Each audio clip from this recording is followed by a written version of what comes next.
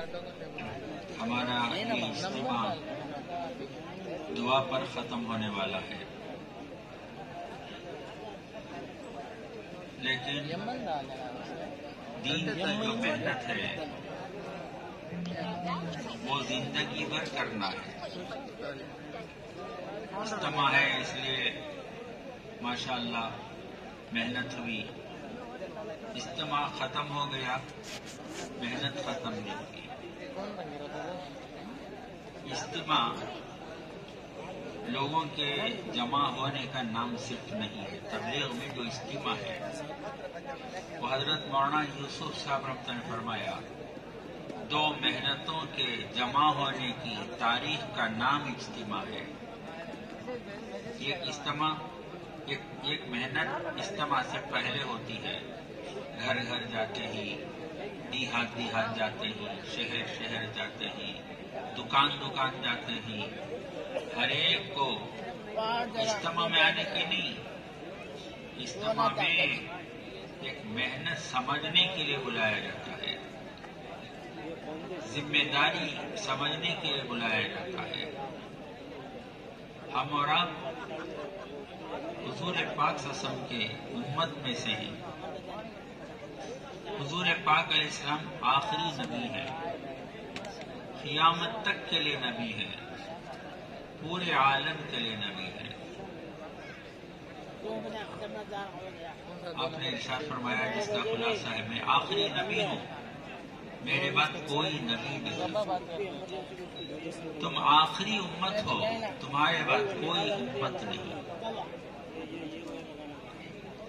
اور یہ بھی ارشاد فرمایا بیج رکھا سو میں تمام نبیوں پر بیج رکھا سو میں بیج رکھا سو جب تک میں جنت میں نہ داخل ہو جاؤں، اسا فرماتے ہیں تمام امت پر چارجنگ پوائنٹ ہے جنت حرام ہے جب تک میری امت جنت میں نہ داخل ہو جائے۔ آتا 10 ہے اس میں یہ امت ایک میں چھپا لو سب سے اخیر میں آئی ہے، لیکن جنت میں سب سے پہلے جائے گی۔ قیامت کے دن جنت میں جانے والوں کی 120 صفیں ہوں گی، 120 صفیں، ان میں سے وہ صف فرماتے ہیں جس کا خلاصہ 80 صف تو میری امت کی ہوگی، 80 صف۔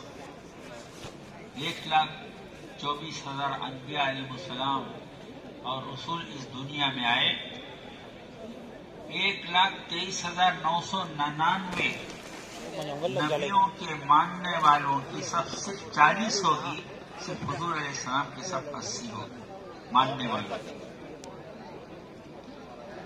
بعض علماء نے فرمایا قیامت کے دن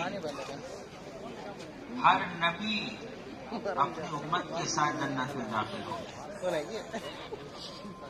بعض لوگ کے ساتھ ایک امتی بھی نہیں ہوگا، محنت انہوں نے کی، نبیوں کی ذمہ محنت، نتیجہ ان کے ہاتھ میں نہیں، نتیجے کے وہ مکلف بھی نہیں۔ اسی طرح حضور پاک علیہ السلام کے ہر امتی کی ذمہ محنت ہے، محنت۔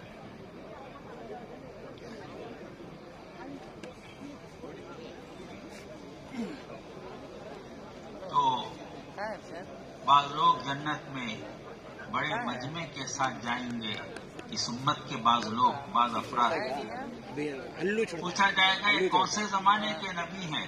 یہ نبی نہیں ہیں، نبی کے ماننے والے ہیں جنہوں نے نبی والا کام کیا ہے۔ اللہ ہم کو بھی ان میں سے بنا دے۔ ہم اکیلے جنت میں جانے نہیں آئے ہیں، اس امت کا مسئلہ انفرادی مسئلہ نہیں ہے۔ ہاں، میں اپنی عبادت کر لیا، میں اپنی جنت بنا لیا، نہیں ہے۔ حضرت مولانا انڈیا صاحب ہم فرماتے تھے حضور پاک صلی اللہ علیہ وسلم ایک ایک امتی کو پوری امت سے جوڑ کر تشریف لے گئے، ایک ایک امتی کو پوری امت، ایک ایک امتی پوری امت کی فکر کرے گا، پوری امت مل کر ایک ایک امتی کی فکر کرے گی۔ اسی لیے حضور پاک علیہ السلام نے امت کی جو مثال بیان فرمائی ہے وہ ایک جسم کی ہے۔ جسم کی مثال. جسم میں مختلف اعضاء ہیں. ہر عضو کا ایک کام ہے اور ایک مقام ہے. آنکھ اس کا ایک مقام، اس کا کام صرف دیکھنا. کان اس کا ایک مقام، اس کی ایک شکل، اس کا کام صرف سننا. فرمایا اسی طرح اس امت کو آپ نے جسم کی مثال دی. پیر کا کام چلنا. پیر سر میں درد آیا، اچھا یہ ایسا اللہ نے روح ڈال کر اس میں جوڑ پیدا کر دیا. پورا جسم میں ایک جوڑ ہے. کیسا جوڑ ہے؟ پیر میں اگر کانٹا چبھے زبان آہ کہتی ہے، آنکھ فوراً دیکھنے کے لیے تیار ہو جاتی ہے، دیکھتی ہے. ہاتھ فوراً بڑھتا ہے نکالنے کے لیے، کانٹے کو نکالنا ہے. ایسا لگتا ہے ہر عضو دوسرے کے کام آتا ہے. پیر ہے، سر میں درد آیا، ہسپتال تک پیر چل کر جائے گا. پیر کہے گا تجھے سر میں درد، تجھے درد ہے تو میں کیوں چلوں، یہ نہیں کہے گا. دانت میں درد آیا، پیر چل کے جا رہا ہوں. آنکھ میں درد آیا، پیر چل کے جا رہا ہوں. پیر کے درد کو بھی پیر ہی چلتا ہے. ایسا جوڑ. تو فرمایا اللہ والوں نے حضور علیہ السلام امت کو ایک مثال جسم کی دے کر گئے. امت میں جوڑ کب آئے گا؟ جسم میں جوڑ کب ہے؟ روح کی وجہ سے ہے. جس دن روح نکل جائے گی جوڑ ختم ہو جائے گا. جوڑ ختم. روح جو ہے دین ہے. ایک ملک میں جماعت چل رہی تھی، وہ ملک مجھے یاد نہیں ہے اس وقت میں. کالے اور گوروں میں بڑا جھگڑا تھا. کالے اور گوروں میں جھگڑا تھا. کالوں کا ہوٹل الگ، گوروں کا ہوٹل الگ. کالوں کا پلیٹ فارم الگ، گوروں کا پلیٹ فارم الگ. ہوٹلوں میں لکھا ہوا ہوتا تھا darks and blacks are not allowed. لکھا ہوا تھا darks and blacks are not allowed. ایسے ملک میں جماعت گئی. پہلے گوروں میں محنت کی، ان کو جماعت میں نکالا. پھر کالوں میں محنت کی، ان کو جماعت میں نکالا. پھر کالے اور گوروں کو ملا کر جماعت میں نکالے. تو دنیا دیکھ رہی تھی کالے اور گورے مل کر چل رہے ہیں. تو ایک مسجد میں کھانا کھا رہے ہیں. ایک پلیٹ میں گورا بھی بیٹھا ہے، کالا بھی بیٹھا ہوا ہے.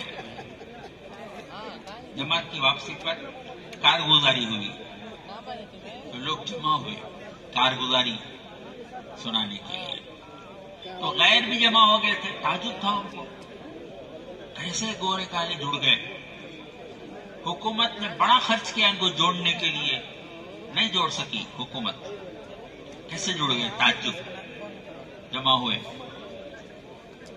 تو ایک کالا مسلمان کھڑے ہو کر اپنا تاثر بیان کیا. جماعت میں نکلنے سے میرا کیا فائدہ ہوا؟ یہ پوچھا جاتا ہے جماعت سے نکلنے کے بعد کیا نفع ہوا.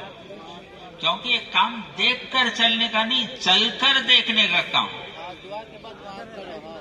چلے بغیر سمجھ میں نہیں آئے گا. ہاں بھائی کام ہو رہا ہے، جماعت جا رہی ہے، اچھا کام ہے، تو سمجھ میں آئے گا. کام کو سمجھنے کے لیے بیان نہیں، بیان سے سمجھا نہیں سکتے. آم کا مزہ بیان سے نہیں سمجھا سکتے. آم میں کیسا مزہ ہے؟ بہترین سے بہترین مخرر آم کے مزے کو بیان سے نہیں سمجھا سکتا. تو پوچھا جائے گا آم میٹھا ہے کیا وہ شہد سا کہے گی، شکر سا کہے گی؟ لوگوں پوچھیں گے نہیں، وہ ایسا میٹھا ہے اسے بیان سے نہیں سمجھا سکتے. ایک ٹکڑا دیا کھا کر بولے ہاں بھائی ماشاءاللہ بہت میٹھا ہے یہ اور بہت مزیدار ہے. تو بہرحال جماعت کارگزاری سنا رہی تھی. تو کالا مسلمان کھڑے ہوا کہنے لگا کہ ہم جماعت میں چل رہے تھے، کھانا کھا رہے تھے، تو ایک پلیٹ میں دونوں کھا رہے تھے، کالے اور گورے. مجھے پیاس لگی تو میں پانی پیا، پانی پی کر رکھا تو میرا گورا بھائی اٹھا کر اس پانی کو پی لیا. یہ سن کر بہت سے غیر مسلم کلمہ پڑھ لیے. لوگوں نے پوچھا ایک پلیٹ فارم میں ہم جوڑ نہیں سکے، تم ایک پلیٹ پہ کیسا جوڑ لیے؟ تو جواب یہ دیا اللہ والوں نے، اس کا جواب یہ دیا جماعت والوں نے، ہر دو چیز کو جوڑنے کے لیے تیسری چیز کی ضرورت پڑتی ہے. دو پیپر کو جوڑنے کے لیے گم کی ضرورت پڑتی ہے، دو کپڑے کو جوڑنے کے لیے سوئی تاگے کی ضرورت پڑتی ہے، دو لوہے کو جوڑنے کے لیے